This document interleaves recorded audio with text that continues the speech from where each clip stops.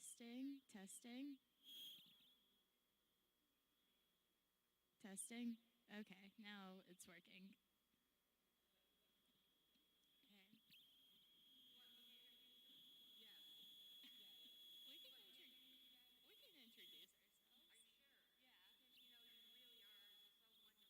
We can, we can introduce ourselves. Yeah. Donnie, is it good? Okay. So, hi guys, my name is Rebecca Drum. I've been going to St. John's pretty much my whole life, actually my whole life. Um, but I got started with Alaska Ministries back in 2011. I started going to Deering. Oh, Donnie, I'm too quiet. Okay. All right, so hi, Rebecca Drum. I got started in Alaska Ministries back in 2011. I started going to the village of Deering. And then in 2016, I started to go to Teen Bible Camp. And then I have also gone to the villages of Arctic Village and Tanana. I'm Amy Holchin. I first started going to Alaska in 2015, started off going to Arctic Village. 2016 as well, we both started the same time for teen camp. So started working with teen camp 2016, and throughout all the years, I've been to Arctic Village, Deering, Veneti, and Fort Yukon. So this morning we kind of just wanted to talk to you guys about what we do up in Alaska, specifically with teen camp. So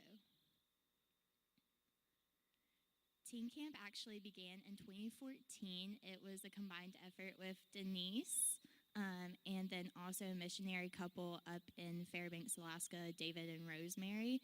They, just with previous experience with VBS, we've realized like a lot of teens have aged out of Bible school whenever we would go up there, and we wanted to find something else for them and really find a way that they can grow in their faith and share their faith with their villages whenever they go back after the camp.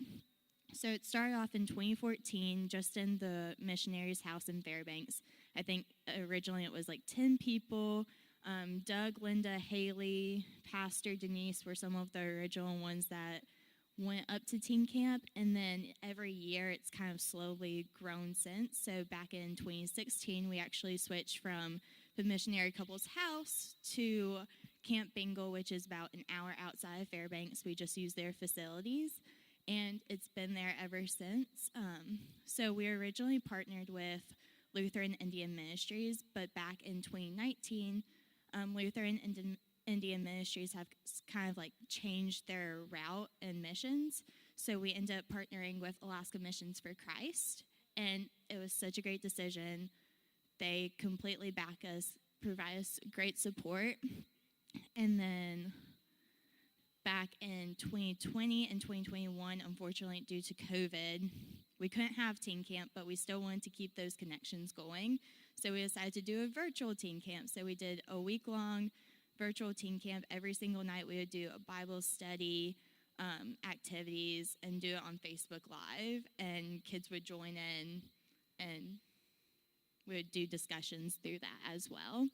And we would also send boxes up. And so one of the couples that's highly involved in teen camp actually made quilts and sent it up to all the teens. So I think we ended up sending like 50 boxes out during those 2 years. And then luckily we were able to go back to teen camp at Bingle for 2022 and then 2023. 2022, we kind of, since it was the first year back from COVID, we started off with just a very small group of teens who had been returners. And then this past year was actually amazing. We had about 30 kids, most of them new, because a lot of our returners had aged out by that time. So 2023, we are calling it like the year of growth, but we'll get into that later. So we wanted to give you guys a visual of like the map of Alaska and where all of our teens are coming in from. So if you can see, there's a red star right here. So that's Fairbanks. So that's where we actually hold teen camp at, is that town. And like Becca said, Camp Bingle, which is the facilities we use for teen camp. That's about an hour's drive outside of Fairbanks, and it's on Lake Harding. Really pretty area, but that's where teen camp is held. So all of these other purple dots and the names of the villages and cities are on that side.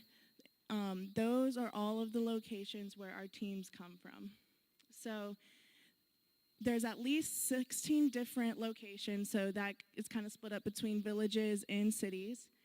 And even within the state of Alaska, these locations include 3 different cultural groups. So the 3 that have come to teen camp before, Inupiaq, Yupik, and Gwich'in. So it's really cool to kind of see them all come together, and they love to share their culture with each other and with us, so that's like a very special part of teen camp. But as you can see, the locations where all of our teens come from is pretty spread out throughout Alaska. So transportation is a huge part of our planning process for teen camp. A lot of these locations, excluding some of the bigger cities such as Fairbanks and Anchorage, are very rural. So population kind of depends on each village, but probably like, what would you say, Becca, around like 100 people in a village. Some of the villages are a little bit bigger, but very rural. A lot of these villages you can only access through a plane or some by boat. So a lot of like logistics of planning behind teen camp is scheduling and creating those flights for them to all fly into this one place in Fairbanks where we hold teen camp. And for a lot of campers, that includes like several like different flights just to get to Fairbanks. So for example, if we have a teen or a volunteer teen coming from Kobuk, they might have to go from Kobuk to Kotzebue, Kotzebue to Anchorage, Anchorage to Fairbanks just to get to Fairbanks. So there's a lot involved as far as like the planning and getting everyone to camp. And I figured while we're here on this map, I wanted to go ahead and point out the villages that we do Bible school at. So we have Deering, which is where Becca's pointing to. We have Arctic Village way up there at the top, and then Venitai, which is right below Arctic Village. So those are the 3 villages that you guys have probably heard about. Those are the villages that we go to do Bible school, and we've been going there since, what year would you say? 2007.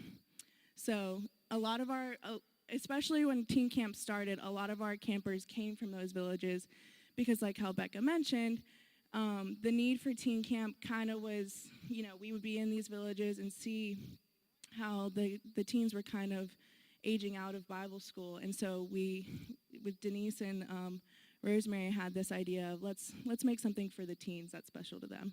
So a lot of our campers do come from those villages since we're very familiar with them and have a lot of connections there.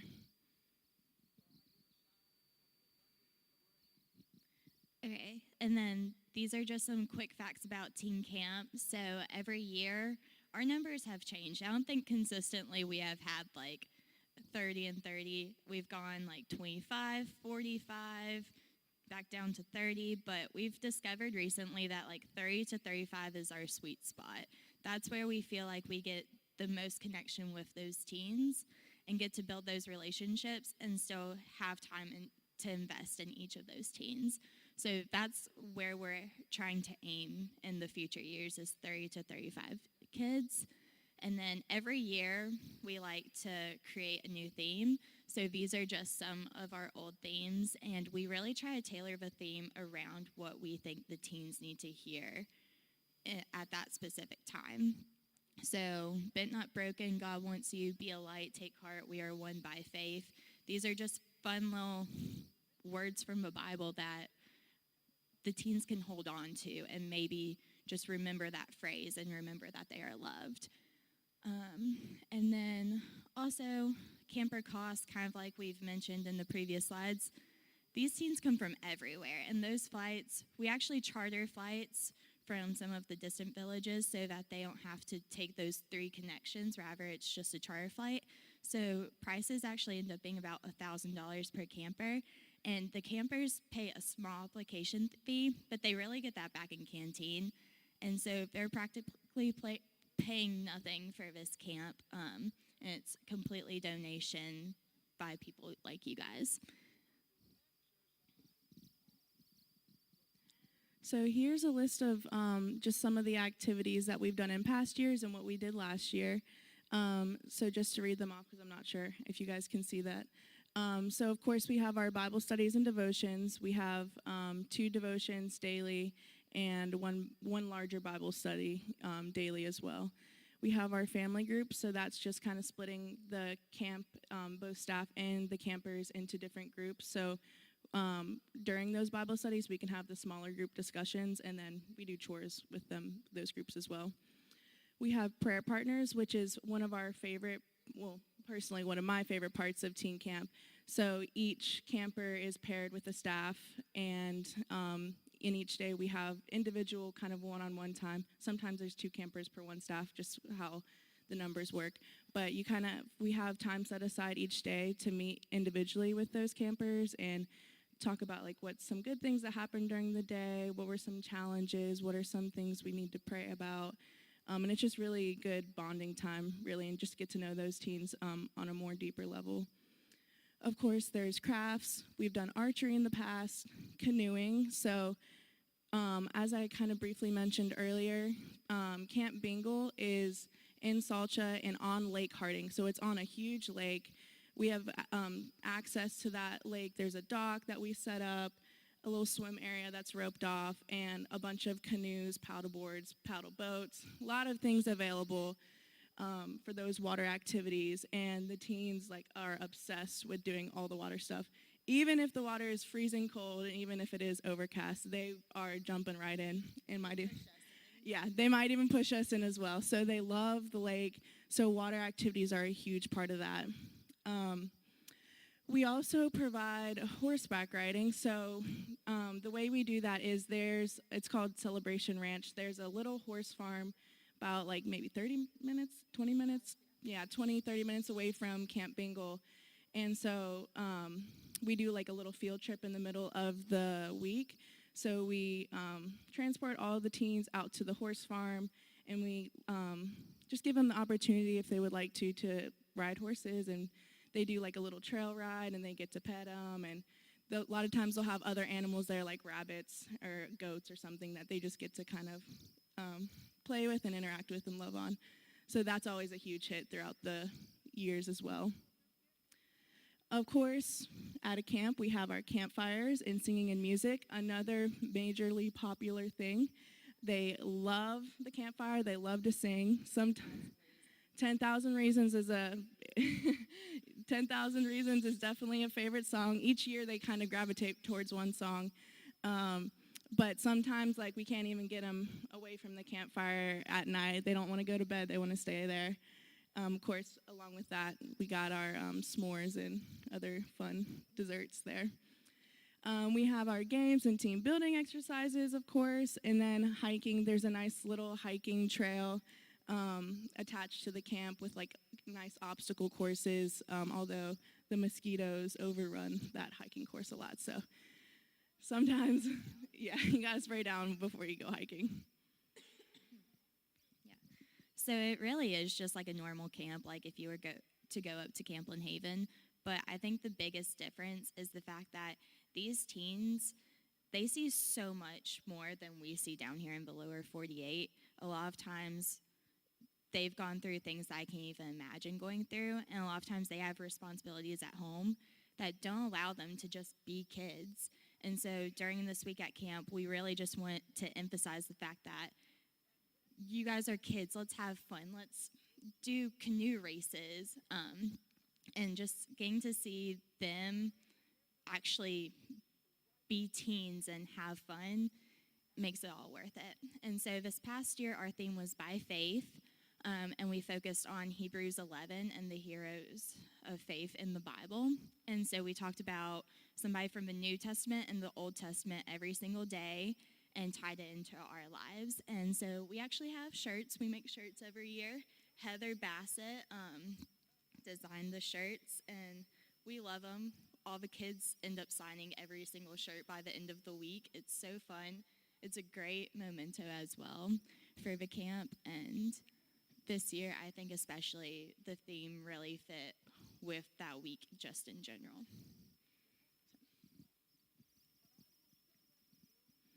So, one thing that we started to do in the recent years, but it really was amazing this year, is our PCNS. So that's just an acronym that stands for Past Campers Now Staff. We couldn't think of a better name. We were like, oh, we'll come up with a better name, but we never did. So it just stuck as PCNS.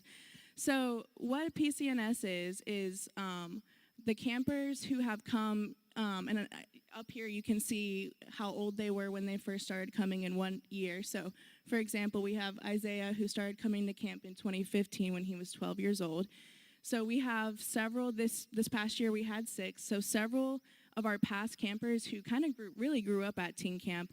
And as they got older and started to age out of teen camp, because our age for teen camp is 13 to 18, so as they started to age out of teen camp, they still really wanted to be a part of camp. And so they wanted to be a part of the staff and show their leadership skills. So these are our past campers now staff who at some point in their lives, and like I said, a lot of times when they were 12 years old or just growing up at camp, they were campers and now they became part of our staff. And honestly, I don't think we could have pulled off this year without our PCNS. They were above and beyond amazing.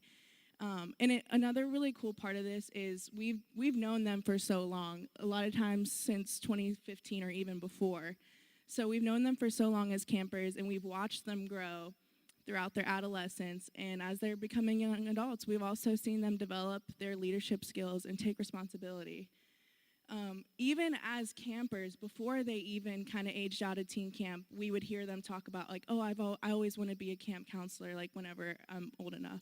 So this is a goal for a lot of the campers. It's an amazing experience, and we're so glad to have them.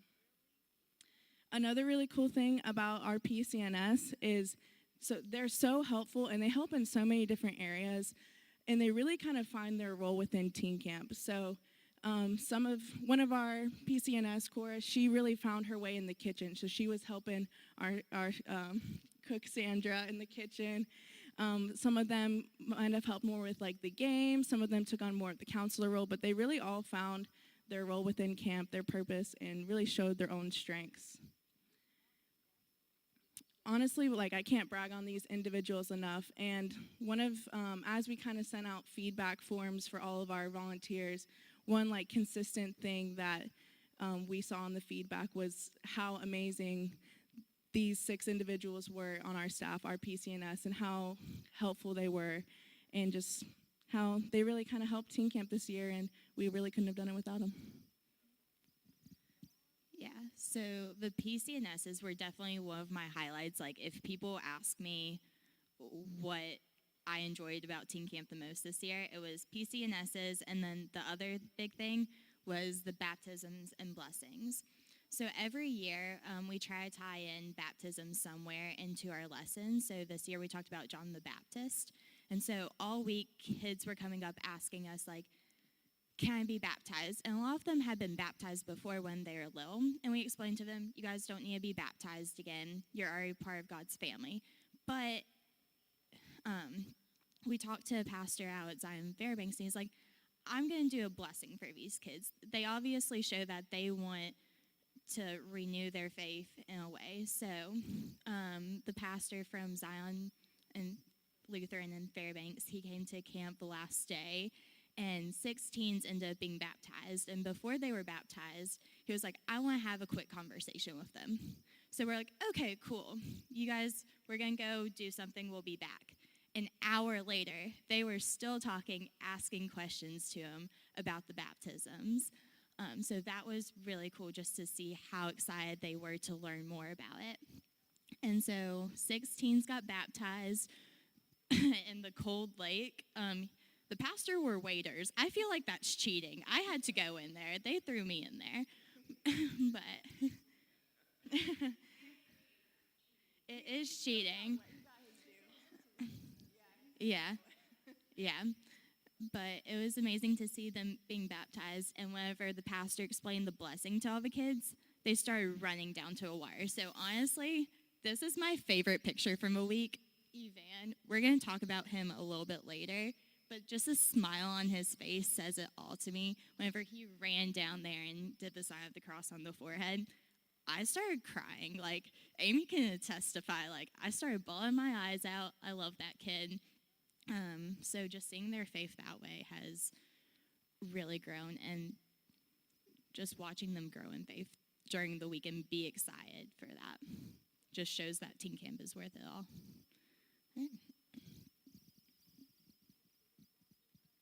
So in addition to talking about like this past year at teen camp and kind of giving the rundown of what teen camp is, we also wanted to talk a little bit about like behind the scenes and give some insight into what all goes into teen camp. And one thing we tell everyone, but we really like to emphasize, is teen camp is not just a week-long event. It's really, as volunteers, pretty much a year-long commitment.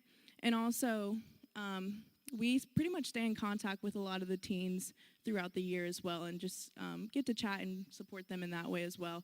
So it really is just a lot more than like a week-long camp. And it's really something that Denise and Rosemary built from the ground up, and we continue to organize and really try to like pull everything together every single year. So it's a lot of work.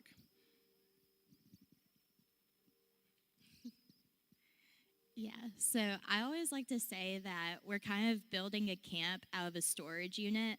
Like, yes, we use Camp Bengal, but we only use their facilities. So whenever it comes to everything else, we're bringing everything in. We're finding those volunteers. So as partners with Alaska Mission for Christ, Jan Bruick, who actually came here, I think, last year and gave a presentation, she's been a big help in assembling a team. So whenever it comes to a team, you think about camp staff, you need a nurse, you need cooks, you need counselors, you need lifeguards. So it really comes into like big parts of finding the perfect people for those roles. And so this past year we had people from North Dakota, Texas, Iowa, Nebraska, some people from within Alaska, Minnesota, so many different places around the U.S. And so when we're assembling those teams too, we try and do monthly meetings, do trainings as well, because the demographic that you're seeing in Alaska, kind of like I mentioned before, they've gone through stuff we can't even imagine. So kind of just training people to be prepared to have those hard conversations, or be prepared to hear some hard conversations. So preparing that team. And then also, we create the curriculum, kind of like we've mentioned before. Pastors helped in the past, coming up with the different days. We have somebody, Pat Thick, who's from Texas. She's done the curriculum the past couple years, but we sit down, try to think about what the teens probably need to hear at that time. And then the part of teen camp that I've probably lost years of my life on is the logistics. And so we do the schedules for the day, the flights, lodging, food, coordinating everything just from a storage unit. I mean, we don't have vans, so it's a lot of times asking people like, hey, do you have a spare van that we could borrow for like a week? And luckily we have those resources up in Alaska that allow us to be able to put on this camp. And kind of what Becca was just talking about really scratches the surface of what all goes into teen camp, especially the logistics. Since we do kind of use the facilities of a whole different camp, we have to speak with their camp board and like figure out a time that works that we can go up there. We got to schedule all of these flights, so all of the 30-some teens, their flights, in addition to volunteers' flights that we end up scheduling a lot of times. Transportation throughout the week, so the vans, making a menu, getting the groceries, creating a daily schedule, and trying to make sure we stick to it. But schedule is tentative. Our motto is schedule is tentative. The schedule still changes, Denise. No, that the schedule is bound to change. So that's our little motto that we like to say. But it is a lot that we have to organize, and a lot of times for us co-directors, Heather included, we meet weekly to start to plan throughout the whole year. So, and it's really nice that me, Becca, and Heather are all really good friends. So sometimes the conversation isn't just business, but we do like to meet weekly to not only talk about like organizing teen camp, but also we'll create like a Facebook room and like have some of the teens like come and join us so we can catch up with them. So really, that just kind of scratches the surface and kind of goes back to our year-round commitment. Another thing throughout the years of being in Alaska and recent years as being directors at teen camp is we've really found that our experience within Alaska and just the connections we've made throughout all of these years is so crucial to the organizing and planning of teen camp. It really helps us prepare for those last-minute adjustments that are bound to happen. For example, missed flights or canceled flights. We had a lot of that this year, and just kind of relying on our knowledge of like these very small airlines and the charter flights and just our connections within the villages in Alaska, trying to make sure we get these kids into teen camp with those missed and canceled flights. That's definitely a big challenge, and we wouldn't be able to do that with our knowledge that we have. A lot of times we have a plan A, B, C, and D for some of these kids, especially some of them, which we know are more likely to miss their flights. So we really have a really big plan for, especially when it comes to flights, because that takes a lot of planning. Another way that our connections within Alaska have really helped is simply just with like spreading the word for our applications. So one of our past campers, Kelsey, she came 2016 and 17. So, but now she has her own a family of her own. But we realized, there's a lot of interest for coming to teen camp, but not as many applications being turned in. So we reached out to a couple people, one of which Kelsey, and we were like, hey, Kelsey, can you spread the word more and get some of these teens to fill out some applications? We went to bed that night with maybe 2 teen camp applications and woke up with how many? Like 12 or 13. Yeah, 12 or 13 applications, and that was simply just our connection with Kelsey. She spread the word. She got her brother's cousin, everyone to fill out who wanted to come, and so she really helped us with that, and it really wouldn't have been possible without our connection with her. And we like to call a lot of this, like kind of what we're talking about, God's timing, because we like to call this God's timing because a lot of times when things don't go quite the way that we want to, it really turns out to be a better situation. Yeah. So these are 3 specific campers that I kind of just want to highlight for this past year about their journey to teen camp. So specifically Kylie, her brothers have gone to teen camp in the past. They've aged out, but whenever we were asking around for teen camp, I was like, Kylie's aged in. We can get her to come. So I've been messaging her leading up to us going to Deering and us going to teen camp. And she was like, I'm really interested, but some of my friends are going to be in town that week. I don't know if I want to go to teen camp or not. I'm like, perfectly fine. That's fine. I'm excited we get to see you in Deering. Well, we're in Deering. She comes to VBS every single day. She has a lot of siblings. She brings all of her siblings to VBS. She comes to teen nights. We hang out with her pretty much the entire week. And so whenever we were leaving Deering, we were supposed to have like a 10 a.m. flight. That got canceled, weather. And so we're like, great, what are we supposed to do? And we're like, okay, we're going to try to go to the store and maybe get some food. We forgot it was Sunday. The store isn't open on Sunday. So we walked all the way down to the store. We're walking back, and we see Kylie playing basketball outside her house. And we're like, we got to give it one more shot. Like, we've been hanging out with her all week. Maybe, just maybe, this is like a sign. And so we're like, hey, Kylie, like, can we play basketball with you? And she's like, sure. And we're like, so, teen camp. She's like, yeah, can you actually send me the application again? I think I want to go. Meanwhile, teen camp is in 3 days. So that was just absolutely amazing that we were able to get her to come to teen camp during that time.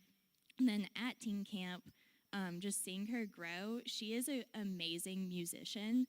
And while we're at teen camp, we have access to several guitars. And seeing her getting to play the guitar anytime she wanted was amazing because during the school year, she has access to the guitars at school, but during the summers, they don't.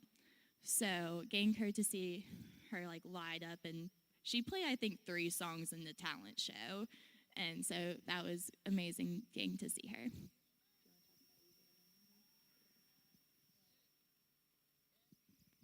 Another example of God's timing are the other 2 individuals, Noodle and Evan. They were also very last minute ads, but just by our connections, really, in knowing kind of their situations. Evan, we've known for years since he was tiny little, and Noodle we'd never met before, but through his friends and family connections, we were able to add them onto the teen camp roster kind of last minute. And these 2 individuals, I couldn't imagine teen camp without either of them this past year. They really shone through. They were very excited, and it was so great to have them. But they're just another prime example of our last minute ads through some type of miracle that they were able to join us. And I think they both really needed it as well. So it was an amazing experience.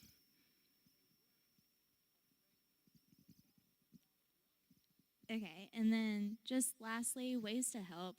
Honestly, prayer, as we've mentioned, this is a year-long process for us, and it's honestly very emotional, very taxing sometimes. And so prayers for us, but also prayers for those kids. I mean, they go through a lot. A lot of them have lost a lot of family members in the past couple years. So just praying for them and praying for their communities. Also fundraising, a little plug. There's a bake sale right now in the parish hall. A lot of baked goods, and thank you to everyone who helped make some of those. And then also maybe sponsoring a teen. If you guys are interested, definitely let us know. But those are just some ways to help, and maybe even think about coming to teen camp yourself or any other Alaska missions. Oh, and also on November 19th, there will be a door offering for Teen Bible Camp. Thank you guys so much for listening to us. Does anybody have any questions or anything?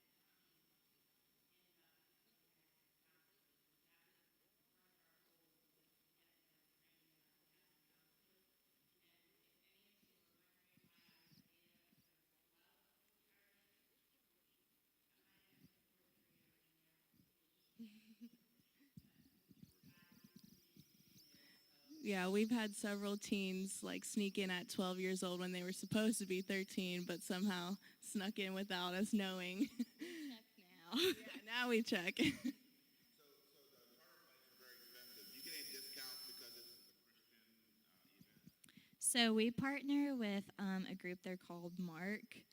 I don't know what that. Mission Aviation Repair Center. Yes. So luckily, they do give us kind of a discount for being a camp, which is nice. But charter flights are expensive just in general. So we have a great partnership with them. Text them all the time. So. Yeah, so we use MARC to get more of the northwestern villages. So whenever it comes to villages, kind of like Ark Village and Venati, that would only be one flight to come to Fairbanks. We just go commercial through that, and we don't have any discounts.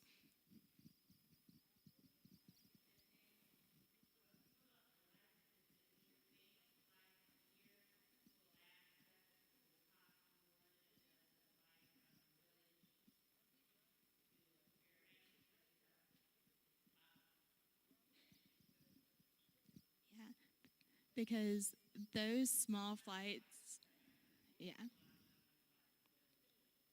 Yeah, there's small flights. So from Deering to Kotzebue, which is kind of a hub, those are 10-seater planes. So it's very small flights, and then you kind of, the airplane gets bigger the closer to anchorage you get, I would say.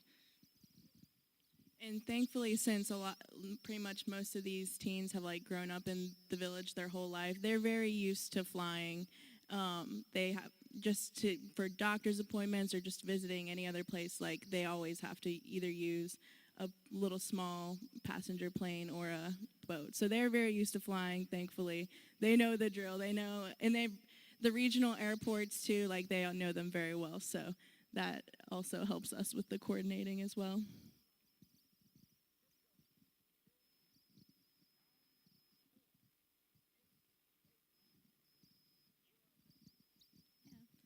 Okay, well, we'll start wrapping it up. I know our time's getting close, but ultimately, 2023, Amy and I were reflecting yesterday. We kind of nickname our years of teen camp every single year. So we're like the good year, the challenging year, and we are like, what was this past year? And we said it's kind of the year of growth because we've seen a lot of our teens age out.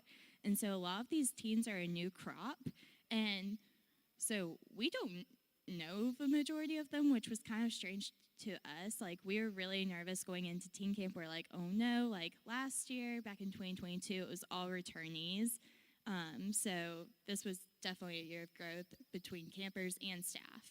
And just to give some context, like what Becca was just mentioning, just because we have been in a lot of these villages and we ourselves have been volunteering with Teen Camp for so long, a lot of, like, in the past years, we would pretty much know every camper who was coming. Like, we knew who they were ahead of time, maybe even their family or their, like, life situation.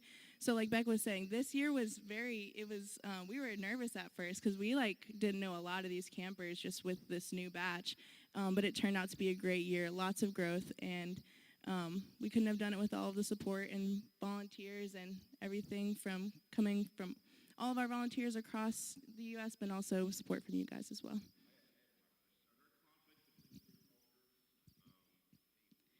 Yeah, so Jeff asked if there was conflicts between the three cultures. I think in the past there used to be, but now it's really amazing just to see everybody like learn and kind of they like to share their language, which is really cool, and some of the languages like merge from each other. So ultimately, all the teens just become best friends by the end of the week and are sharing their culture with each other and finding their similarities too.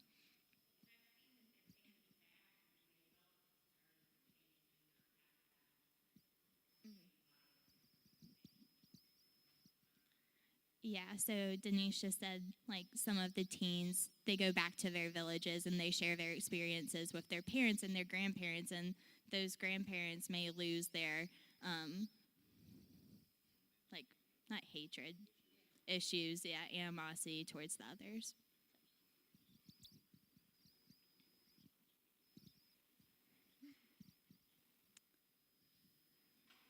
Okay, well, thank you guys all so much for coming.